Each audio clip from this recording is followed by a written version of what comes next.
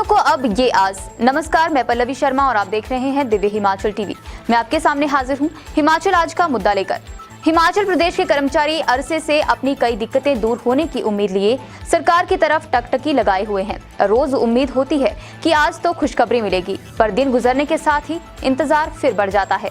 मंत्रिमंडल की हालिया बैठक से भी कुछ ऐसी ही आस थी, लेकिन हुआ क्या और क्या मिला, आइए जानते हैं। राजेश, मंत्रिमंडल की बैठक जैसे अभी हमने चर्चा की जी, आज बुलाई गई अचानक। देखिए, है ना, यही था ना जी कि 14 को होगी। बिल्कुल बिल्कुल। पर आज सुबह बुला ली गई, कल शाम को ही पता लगा था कि आज बैठक होने वाली है जी। कुछ फैसले तुरंत भी लिए गए। बिल्कुल। कर्मचारियों के संबंध में क्या फैसला आया है, जरा बताइएगा हमारे दर्शकों को। बिल्कुल, कल देर शाम को ये मंत्रिमंडल की एक तरह से आपात बैठक बुला ली गई मुख्यमंत्री जयराम ठाकुर ने। एक तरह से एकदम से जब ये बैठक बुलाई गई तो इसकी गंभीरता समझी जा सकती है कि क्यों बुलाई गई। पीडब्ल्यूडी के जिस तरह से ठेकेदारों का घटनाक्रम पिछले 3 दिनों से प्रदेश में चला था, उसको शांत करने के लिए शायद बैठक बुलाई। कर्मचारियों पे क्या हो रहा है? कर्मचारियों पे दो बड़ी बातें अग्निहोत्री जी। पहली बात तो ये, क्योंकि इस एजेंडे में कर्मचारियों की कोई मांग शामिल नहीं थी इस मंत्रिमंडल की बैठक में। एक बार फिर से बिल्कुल। तो आज सीधे तौर पे मंत्रिमंडल की बैठक में कर्मचारियों पे कोई सहमति या कोई एक तरह से उनकी कोई मांग उठी, ना उसके समाधान की बात निकली। दूसरी कि अभी जो महत्वपूर्ण जो बैठक अगले हफ्ते होने जा रही है मंत्रिमंडल की, उसकी रूपरेखा तैयार हुई, उस पे आज चर्चा हुई है। तो अभी जो 14 फरवरी एक टेंटेटिव डेट जो सामने आई है, उस दिन वो बैठक होगी। उस पे उसका प्रारूप एक तरह से तैयार करने पे चर्चा आज हुई है। बाकी कर्मचारियों पे आज की मंत्रिमंडल की मीटिंग पे कुछ हुआ नहीं है। राजेश, ये बड़ी हैरानी की बात है, थर्ड ऑप्शन पे भी कुछ नहीं जी। आज तारीख हो गई है 9 फरवरी। बिल्कुल। अभी कर्मचारियों को 15 फरवरी की तक की मोहलत है कि आप अपनी ऑप्शंस दे दीजिए। 2 तो ऑलरेडी है, तीसरी की बात सरकार से चली हुई है। बिल्कुल। तो क्या लगता है आपको कि क्या 15 अगर मंत्रिमंडल की बैठक में भी मान लीजिए फैसला होता है थर्ड ऑप्शन पे, होता है अगर, बिल्कुल, तब भी तो फिर ये डेट एक्सटेंड करनी ही पड़ेगी, या फिर एक दिन काफी होगा, 15 की तारीख को ही सभी कर्मचारी अपनी ऑप्शन दे दें? बिल्कुल। आप ये थर्ड ऑप्शन तो फंस गया ना राजेश। जेसीसी की मीटिंग में ये पहला एजेंडा था और सबको ये लगता था कि ये तो मिलना ही है, और अब देखिए अब हालत क्या हो रखी है कर्मचारियों की। बिल्कुल। क्या कहेंगे इस पे, कब मिलनी है थर्ड ऑप्शन? बिल्कुल, देखिए सबसे बड़ा सवाल आज का यही है, और जिस तरह से 15 फरवरी का वक्त मुकर्रर किया गया है, सरकार की ओर से ही मुकर्रर किया गया है कर्मचारियों को ऑप्शन देने का। थर्ड ऑप्शन पे सीएम ने 25 जनवरी को इसकी घोषणा कर दी थी कि हम उसको ले रहे हैं। सोमवार को वित्त विभाग के तमाम अफसरों के साथ मुख्यमंत्री जयराम ठाकुर की चर्चा हुई। मंगलवार की बात कर लेते हैं, मंगलवार को वित्त सचिव के साथ मुख्यमंत्री जयराम ठाकुर की इसी इशू पे चर्चा हुई है कि थर्ड ऑप्शन पे हम करेंगे क्या। और पिछली शाम को अतिरिक्त मुख्य जो सचिव हैं वित्त प्रबोध सक्सेना, उन्होंने अराजपत्रित कर्मचारी महासंघ के प्रदेशाध्यक्ष अश्विनी ठाकुर को बुलाया था, उनके साथ उनकी मीटिंग हुई है, जिसमें कहा गया कि सरकार करने क्या जा रही है और किस तरह का विकल्प कर्मचारियों के सामने रखा जाएगा। दरअसल ये 15% वाला जो फंसा हुआ अग्निहोत्री जी कि पंजाब कर्मचारी तो कह रहे हैं कि पंजाब ने कर दिया है, आप भी करिए। पंजाब ने जो किया है वो पे कमीशन या पे रिवीजन रूल्स में नहीं किया है। पंजाब ने कैबिनेट की मीटिंग में ये प्रस्ताव लाके वहां से ऑप्शन निकाली थी कर्मचारियों के लिए। अब हिमाचल प्रदेश सरकार के और सीधे तौर पे मुख्यमंत्री जयराम ठाकुर ने 25 जनवरी को सोलन में ऐलान कर दिया कि हम तीसरी ऑप्शन के साथ जा रहे हैं, कर्मचारियों को दे रहे हैं। अब पिछले 2 दिन टटोलने की कोशिश की गई। जब सवाल मुख्यमंत्री जी से किया गया था तो उन्होंने कहा था कि हमने कर दिया था, जो करना है हमने कर दिया है। इसके संकेत अब साफ नजर आ रहे हैं। संकेत बिल्कुल साफ नजर आ रहे हैं कि सरकार ने 15% की ऑप्शन दे दी है। पर बड़ी बात यह है क्योंकि घोषणा इसकी हो नहीं रही है, इसीलिए कर्मचारी भी बेचैन है। अब 15 फरवरी तक का वक्त उनके लिए तय है कि आपने ऑप्शन देनी है। अब आज की मीटिंग से उम्मीद थी कर्मचारियों को, लेकिन आज एजेंडे में चीजें शामिल नहीं थी। अब उनको 14 फरवरी को जो कैबिनेट की मीटिंग होगी, संभवतः कहा जा रहा है कि उसमें इस पे फैसला होने जा रहा है, लेकिन बड़ी बात है फिर वक्त कितना बचेगा ऑप्शन देने के लिए, तो इसीलिए कर्मचारी बेचैन है। बड़ी बात यह है कि अब देखिए, आपने टेक्निकलिटी बता दी कि 14 फरवरी से पहले तो होने से रही, 14 की कैबिनेट में भी हो जाता है, 15 तक का वक्त है। सीधा मान के चले हम लोग कि 1 हफ्ते का वक्त और देना पड़ेगा सरकार को। इतना वक्त तो लगेगा ही ना जी लोगों को, थोड़ा सा मतलब आप सरकारी काम है जी, जाहिर सी बात है।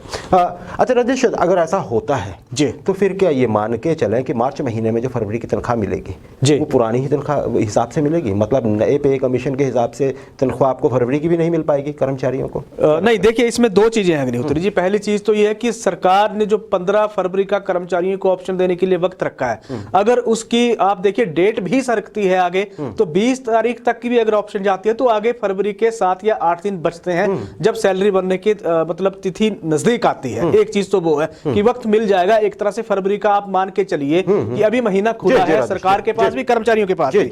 दूसरा जो चर्चा आपने की कि क्या सैलरी मिलेगी नहीं मिलेगी, लेकिन इस पे ऑप्शन पे ही बात ये टिकी हुई है, बाकी तमाम कैलकुलेशन वित्त विभाग ने भी कर दी है। अब पिछले कल भी चर्चा हुई, राइडर पे भी पिछले कल चर्चा हुई है। मैं सिर्फ ये आपसे पूछना चाहता हूं कि कितना चांस है कि फरवरी की तनख्वाह भी पुराने हिसाब से ही मिले, जो कि लग रहा है जी। अभी ऐसा लग रहा है कि अभी वर्तमान दौर को अगर आप देख लीजिए तो ऐसा लग रहा है कि अभी तो पूरे चांसेस वही हैं कि पिछले पे स्केल के अनुसार ही सैलरी मिलेगी। लेकिन अब सरकार अगर एक्शन लेती है, जल्दी अगर करती है इस केस में, तो 100% चांसेस फिर बदल जाते हैं, स्विंग शिफ्ट हो जाएगा। पता नहीं अब कर्मचारियों का सिर्फ ऑप्शन की तरफ ध्यान क्यों है, ये क्यों नहीं है कि उनको पीछे भी 1 महीना घाटा हो चुका है नई सैलरी के हिसाब से और दूसरे के चांस फिर बन रहे हैं। कर्मचारी नेता अब क्या कहेंगे? आपने कहा कि उनको चीफ सेक्रेटरी ने बुलाया था कर्मचारी नेताओं को, लेकिन लगता नहीं है उनकी कोई सुनता है, वो चेहरे ही रहे होंगे। राजेश, हमें तो ऐसा लगता है, बहुत से कर्मचारी भी यही कह रहे हैं। राजेश, तो फिर ये मान लेते हैं हम कि बाकी जो कर्मचारी मांगे उठा रहे हैं ना, मेरा ये करिए, हमारा ये कर दीजिए, हमारा वो कर दीजिए, ये अब ये मान के चले हम कि मंत्रिमंडल की बैठकों में कुछ होने वाला नहीं है। अब सीधे मुख्यमंत्री की जो बजट स्पीच होगी ना 4 मार्च को, उससे ही उम्मीद लगाई जा सकती है। कितना आप इस बात से सहमत हैं? क्या आपकी राय है इस पे भी? कर्मचारियों के 2 वर्ग हैं अग्निहोत्री जी, जिनको एक सीधे तौर पे लग रहा है कि 4 मार्च को मुख्यमंत्री के बजट भाषण से जिनके लिए कुछ निकलेगा। उस वर्ग में कौन आते हैं? उसमें आते हैं आंगनबाड़ी वर्कर्स, आशा वर्कर्स, बोर्ड निगमों के तमाम कर्मचारी, इनके बारे में जितने भी हैं, पंप ऑपरेटर हैं, आउटसोर्स के कर्मी हैं, अब NHM के कर्मचारी उसमें जुड़ गए हैं, होमगार्ड के जवान हैं, पंचायत चौकीदार हैं। ये सीधे ये वो कर्मचारी हैं जिनको 4 मार्च का बजट का जिनको बहुत बेसब्री से अब इंतजार है एक तरह से, क्योंकि पिछले कल इनकी तमाम मांगों पे सरकार ने चर्चा कर दी। जो संकेत दिए गए हैं वो इन कर्मचारियों के लिए पॉजिटिव दिए गए हैं। दूसरी जो थर्ड ऑप्शन के इंतजार में कर्मचारी हैं, क्योंकि उनको तो रास्ता जो निकलेगा थर्ड ऑप्शन का वो कैबिनेट से ही निकलेगा। उनको बजट से इंतजार, बजट से उनको ही लगता है कि उनके बारे में घोषणा होगी, उनके लिए जो घोषणा होगी वो कैबिनेट की मीटिंग से ही चीजें निकलेंगी। तो उनको बेसब्री से इंतजार अब 14 फरवरी की कैबिनेट का है। अगर कैबिनेट होती है तो निश्चित रूप से उस पर सरकार फैसला लेने जा रही है, या सरकार ने तो फैसला ले लिया है, वो सार्वजनिक हो जाएगा कर्मचारियों। और भी बहुत सी एनोमलीज हैं अब, जैसे पे स्केल्स को लेके है ना, कई तरह के कि जिनका ज्यादा हो गया, हमारा कम हो गया, बिल्कुल उन पे क्या होता है, अलग सी बात है। कुछ समझ नहीं आ रही है लोगों को ये चीजें कि ये उलझा कहाँ है सारा पेज, ये सारा पेज क्यों उलझा हुआ है, क्यों इतना टाइम लग रहा है, जबकि सारी कैलकुलेशंस तो सरकार के पास होनी चाहिए या विभागों के पास होनी चाहिए, भगवान जानता है। राजेश, इस बीच एक अच्छी खबर ये है राजेश कि पंचायत जो वेटरनरी सहायक हैं जी, हम अपने इस कार्यक्रम के माध्यम से कई बार ये मुद्दा उठा चुके हैं और है ना, हमें कहा भी जाता था इस वर्ग की ओर से कि इस कार्यक्रम में हम इनका बात करें, तो लगता है राजेश कि शायद मंत्री जो हैं विभाग के या विभाग ने ये मसला ठीक से उठाया है और उनको कुछ खुशखबरी के आसार बन रहे हैं। क्या मामला क्या है? बिल्कुल, देखिए वेटरनरी जो पंचायत सहायक है उनके लिए बहुत राहत की खबर ये है कि जो केस या जिस केस की वो जेन्युइन केस की एक बात कर रहे थे कि वो 3 साल का कॉन्ट्रैक्ट उनका पूरा हो गया है, सरकार ने 2 साल की घोषणा कर दी, उनको पक्का किया नहीं जा रहा है, रेगुलर नहीं किया जा रहा है। तो उनके लिए राहत की खबर यह है कि पिछले कल मुख्यमंत्री जयराम ठाकुर की बैठक जिसमें हुई थी उसमें उन्होंने सीधे तौर पे अब पशुपालन विभाग जो इनको डील कर रहा है उसके पाले में गेंद फेंक दी है कि आप देखिए इन कर्मचारियों को रेगुलर क्यों नहीं किया जा रहा है, दिक्कत कहां आ रही है। दरअसल इनके केस में 2 विभागों में बड़ी अड़चने थी अग्निहोत्री जी, पहले वित्त विभाग में, दूसरी थी कार्मिक विभाग में। दोनों विभागों से फाइल ओके हो गई है, पशुपालन विभाग के पास अब फाइल आ गई है। तो इन कर्मचारियों के लिए सीधे तौर पे 900 कर्मचारियों के लिए राहत की बड़ी खबर यह है कि आने वाले दिनों में ये कर्मचारी अब रेगुलर होने जा रहे हैं, जिसका ये इंतजार कर रहे थे। हमने भी बड़े बहुत कार्यक्रम में लगातार इनकी समस्याओं को सरकार के सामने रखा था। तो इसके बाद देखिए इनकी मीटिंग भी हुई थी, पंचायती राज मंत्री, पशुपालन मंत्री की बैठक भी हुई थी। इसमें राजेश इनको लेके एक चीज अभी भी क्लियर नहीं है, मान के चलिए ये पक्का नहीं है कि सभी कर्मचारियों के साथ हो रहा है, ये अभी भी है, क्योंकि बार बार देखिए वित्त से बार बार ये ऑब्जेक्शन लगा है। अब ये सभी लोगों का हो जाता है या कुछ को बचा लिया जाता है, ये अभी भी थोड़ा भविष्य के गर्भ में हालांकि हो रहा है। ऐसा ही है राजेश? देखिए अभी इस पे स्थिति क्लियर नहीं है, क्योंकि अभी मुख्यमंत्री ने एक तरह से पशुपालन विभाग को आदेश दिए हैं कि आप देखिए इसमें क्या किया जा सकता है या सरकार की नीति क्या कहती है और करना क्या है। अभी सीधे तौर पे तो यही कहा जा रहा है कि इसमें जितने भी तमाम कर्मचारी हैं एक साथ पक्के नहीं होंगे। अभी इन्होंने उदाहरण भी दिया अग्निहोत्री जी कि 550 जो कर्मचारी हैं जिनको 3 साल का कॉन्ट्रैक्ट पूरा किए हुए 30 सितंबर से पहले का टाइम हो गया, 3 साल उनके हो चुके हैं। 350 कर्मचारियों को दिसंबर में 3 साल हो चुके हैं। तो अभी सीधे तौर पर जिन 3 साल जिन कर्मचारियों को हो गए हैं वो तो पक्के हो जाएंगे, उनके लिए तो उम्मीद है। लेकिन जिन कर्मचारियों को शायद 2 साल अभी हो रहे हैं उनको थोड़ा इंतजार करना पड़ेगा। चलिए एक बार पॉलिसी अगर बन गई और अगर आप, सबसे बड़ी बात थी इनकी कि इनके पद सृजित करने पड़ने थे, अगर वो हो गया तो फिर तो कोई दिक्कत नहीं। जिनके 2 साल होंगे वो 31 2 विभागों से फाइल निकल गई है अग्निहोत्री जी, तो मतलब वहां से ओके मिल गई है। पर वित्त विभाग 2 बार हटा चुका है राजेश। उन्होंने लिमिट लगा दी थी कि आप 100 को करिए, 150 को करिए, 250 को ही करिए जी, एक टाइम में हम इतना नहीं देंगे आपको, इतना पैसा नहीं है हमारे पास। अब वो चीज़ एक अभी हिडन है कि वो कैसे हो पाता है राजेश। उम्मीद है कि सबका हो गया होगा। अच्छा, इसमें राजेश एक और वर्ग है पंचायत चौकीदार। इनको तो इस वर्ग को देखिए 2 तरह से हम कह सकते हैं। एक तो इसको खुशखबरी है कि लोगों के लिए, बेरोजगारों के लिए, कि 400 कुछ जो पंचायतें बनी, 412 या 415 जितनी भी नई पंचायतें अभी बनी हैं पिछले दिनों, उनमें भी पंचायत चौकीदार रखे जा रहे हैं। जितनी पंचायतें हैं उतने लोगों को रोजगार मिलेगा।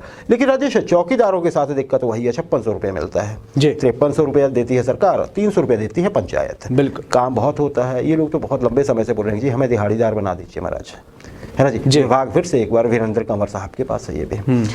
क्या इनके आप देखते हैं भविष्य और क्या कितनी इसमें कुछ उम्मीद दिखती है आपको? पहली चीज तो राहत की बात उन लोगों के लिए है जो नौकरी का एक तरह से इंतजार करें। 412 पंचायतों में पंचायत चौकीदार के पद प्रदेश सरकार भरने जा रही है। 5600 रुपए सैलरी मिलेगी। आपने कैटेगराइज कर दी चीजें कि कैसे कैसे उनको पैसे मिलते हैं। तो बड़ी बात यह कि पहले जब इनकी भर्तियां, दूसरा वर्ग वो है जो लगातार सरकार के ऊपर दबाव बना रहा है, मांगे अपनी सरकार से उठाता रहा है कि आप 5600 रुपए वर्तमान दौर में हमें दे रहे हैं, जिससे हमारे परिवार पालना हमारे लिए चुनौती भरा एक काम हो गया है। वो दलील ये दे रहे हैं कि 6 घंटे के लिए हमारी अपॉइंटमेंट की गई थी जब हमें रखा गया था, तो कहा था कि 6 घंटे काम लिया जाएगा। वर्तमान दौर में हम 10 घंटे, 8 घंटे से लेकर 10 घंटे तक हम काम कर रहे हैं। तो हमारी ज्यादा हमारे लिए अगर सरकार कुछ करना नहीं चाहती है तो कम से कम हमें दैनिक भोगी बना दीजिए, ताकि हम उस श्रेणी में आके उस तरह के लाभ सरकार से ले सकें, अपना परिवार सम्मानजनक स्थिति से पाल सकें। ये वो कर्मचारी लगातार सरकार से उनका क्या होता है। देखिए जो ये तो बिल्कुल ये अभी 4 मार्च को इस पे बजट को 4 मार्च की उम्मीद है जी। बजट 4 मार्च को बहुत ज्यादा उम्मीदें लग गई हैं। होता क्या अलग बात है। राजेश, एक खुशखबरी आई है आंगनबाड़ी वर्कर्स के लिए। बिल्कुल, सरकार ने कहा कि सुपरवाइजर्स की जो भर्ती होगी जी, उनमें 90% कोटा जो होगा वो आंगनबाड़ी वर्कर्स का होगा। दैट इज जो आंगनबाड़ी वर्कर वर्तमान में है, 90% जो पोस्ट होंगी वो उनमें से भरी जाएंगी। सिर्फ 10% ऐसे होगी जो डायरेक्ट आम आदमी भी डायरेक्ट भर सकेगा। बिल्कुल। तो एक तो ये खुशखबरी आंगनबाड़ी वर्कर्स के लिए है जी, पर ये एक बुरी खबर उन लोगों के लिए भी है जो डायरेक्ट चैनल से आना चाहते थे। राजेश, सही बात है ना, क्योंकि इसमें ये अच्छा एक पद समझा जाता है और इसमें खासकर महिलाएं जो होती हैं वो बड़ी कोशिश करती हैं कि इस विभाग में किसी तरह से एंट्री मिल जाए, और इसलिए उनके पास डायरेक्ट भर्ती ही एक बात होती है।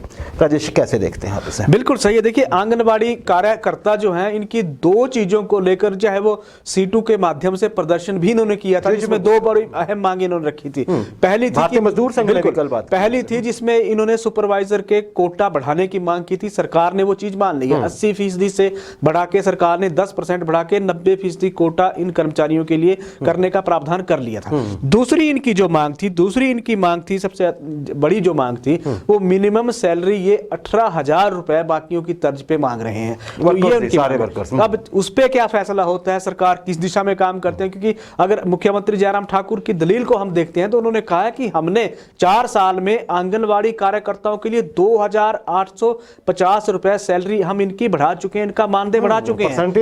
तो आज की डेट में 7,300 रुपए एक आंगनवाड़ी कार्यकर्ता को हिमाचल प्रदेश सरकार मानदेय दे रही है। अब इसमें कितना सरकार ने बढ़ाया है इसका खुलासा तो अभी 4 मार्च को होगा, लेकिन जिस तरह का पहली मांग मान के सरकार ने संकेत दिया है तो दूसरी मांग से राहत इनको मिलने की उम्मीद है। लेकिन दूसरी चीज ये भी अग्निहोत्री जी, अब इसमें स्क्रूटनिंग भी एक बड़ा मसला है। क्या सभी कार्यकर्ता सुपरवाइजर के लिए भर्ती के लिए क्या अधिकृत हो जाएंगी? बड़ा सवाल ये भी है। उसमें एज होगी आपका, उसमें बिल्कुल क्वालिफिकेशन बड़ी बात है कि पद निकलते कितने हैं जी, है ना। बिल्कुल। मान लीजिए मुझे 10 निकले तो फिर 9 आपके हैं, फिर बिल्कुल। कोई एक ही कहीं से आ जाएगा, वो फिर हमारे पास रोस्टर्स होते हैं। बिल्कुल। और फिर ये भी बड़ी बात है कि जब आपको कोटा मिलेगा आंगनबाड़ी वर्कर्स को राजेश, तो उसमें क्या रोस्टर जो आप रिजर्वेशन रोस्टर होगा वो भी अप्लाई होगा या नहीं भी अप्लाई होगा, तो मतलब चीजें उतनी ईजी तो है नहीं। पर चलिए फिर भी जो है राजेश, अंत में और कोई कर्मचारियों के लिए अपडेट है आपके पास? बिल्कुल, देखिए कंप्यूटर शिक्षकों को भी बजट में तोहफा मिलने जा रहा है, बहुत बड़ी बात उनके लिए। लगातार कह रहे हैं कि 2013 के बाद से देख ही लीजिए हमारा किस तरह से चला हुआ है। इसके अलावा 108 और 102 के कर्मचारी जितने भी हड़ताल पे थे जब से कंपनी उनकी बदली है, नई कंपनी आई है, उसको लेकर अब कंपनी और NHM अधिकारियों के बीच 14 फरवरी को बहुत महत्वपूर्ण बैठक होने जा रही है। और इसमें अहम अपडेट यह है कि 14 फरवरी तक जो नई कंपनी आई है वो कोई भी भर्ती नहीं कर सकेगी। यानी कि तब तक उस भर्ती प्रक्रिया पे रोक लगा दी गई है। वहां से यह फैसला होगा कि जो पिछली कंपनी के कर्मचारी थे, जो हड़ताली कर्मचारी हैं, उनका होगा क्या, भविष्य उनका होगा क्या। तो दो बड़ी अपडेट्स उन कर्मचारियों के लिए जो संघर्ष की राह पे थे अभी तक हमारे पास है। जी जी, कल और भी हम, अगर आप हमारे पास कुछ भी अपडेट होती है कर्मचारियों को लेकर, हम जरूर आपके पास आएंगे।